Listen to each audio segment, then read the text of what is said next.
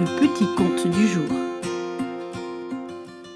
Les contes vont bon train en ce moment dans ma tête. Mais aujourd'hui, j'aimerais vous raconter l'histoire d'une lune si pleine de bonne volonté qu'elle faillit en exploser. Tu dois sûrement te demander où se trouve la lune, mon cher petit Édouard, demanda ce brave père à son fils, ébahi devant autant de noirceur dans le ciel. Il continua sa dictée de bienveillance auprès de son fils, en lui expliquant que la lune, une fois par mois, se cachait entre les nuages et la dame qui lui donne sa couleur blanche. « Mais quelle dame ?» demanda le brave fiston à son père, si sûr de son affaire. « Bien, la dame qui peint et repeint la lune à chaque cycle, lorsqu'elle est en maintenance. »« En maintenance ? Et puis quoi encore, papa ? Tu ne te moquerais pas de moi des fois ?» rétorqua Édouard, peu sûr des explications fumeuses du père qui l'aimait tant. « Mais si, Édouard, elle se recharge en énergie auprès de la dame blanche, » assura ce vieil homme aux yeux de son fils. « Je suis sûr que tu en sais plus que ce que tu prétends, papa. Alors, sois précis pour une fois et explique-moi comment la lune retrouve sa blancheur à chaque fin de cycle. » Bien, mon cher petit, la lune se fait avoir par la nuit noire à force de décroître pour croître à nouveau. Et cela implique de nombreux changements ici sur Terre, pour ainsi devoir la repeindre tous les 28 jours. Ah bon, elle influe sur la Terre, mais comment, papa ? En marchant à l'inverse du soleil. C'est-à-dire, quémanda avec pitié Édouard. C'est-à-dire que le soleil, la lune et la terre sont étroitement liés à cette dame toute blanche, qui les relie entre elles sans le savoir. Mais c'est qui cette dame dont tu parles sans cesse ? Demanda avec étonnement Édouard. C'est la dame blanche, celle qui donne la couleur aux nombreuses étoiles et planètes qui gravitent également autour de nous. Elle peint Mars en rouge et Vénus en bleu, par exemple, pour que la lune puisse rester blanche à tout jamais. Et ça changerait quoi si elle ne l'était plus blanche ?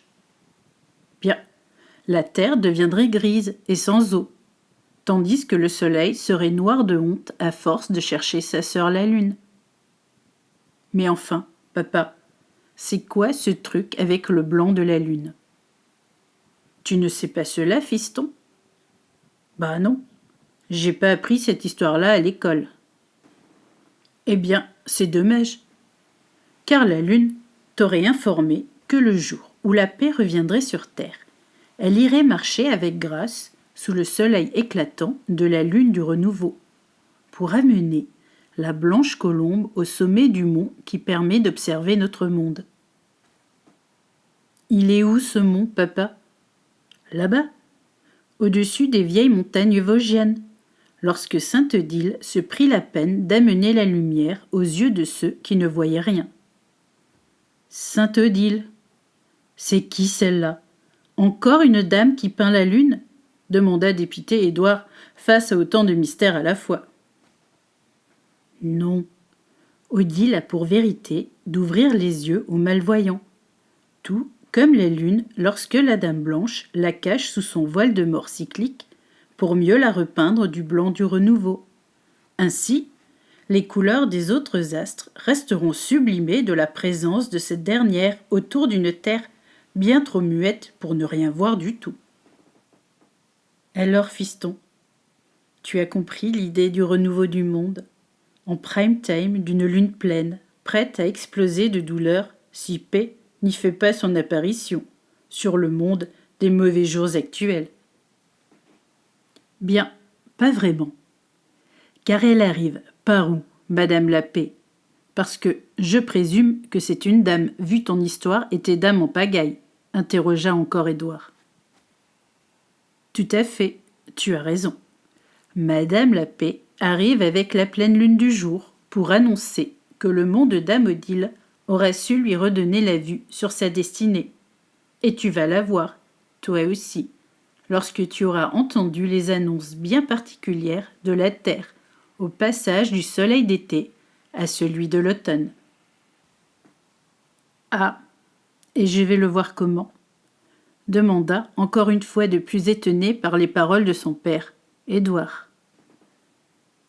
Bien, tout simplement, par l'abondance ou non de tes récoltes à venir dans les 2-3 mois bien secs et chauds, lorsque l'hiver nous encourage à ne jamais lâcher la lune des yeux.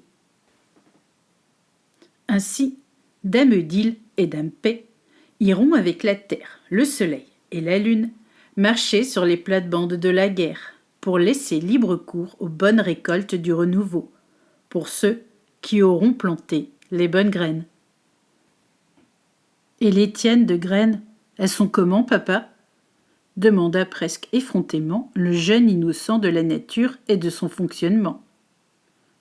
Bonne, mon cher Édouard, bonne, car je sais par où mener le chemin du renouveau. Et c'est par où ce chemin, papa ? Par là. Où ? Là. Tu vois, le petit cahier qui t'attend là-bas pour apprendre de la bonne maîtresse d'école que les images et les bons points ne se récoltent que si la bonne note a pu être ajoutée au cahier de la connaissance et du savoir universel, sur une lune qui jamais ne se trompe de cycle. Oh, grand jamais. Et si quelqu'un venait à la foulée de ses pieds sales et décadents, ce ne serait que mensonge, pour ainsi en ignorer la sacralité parfaite d'un astre aussi important qu'elle. Tu veux dire que personne n'a marché sur la lune ? Si, sûrement quelqu'un.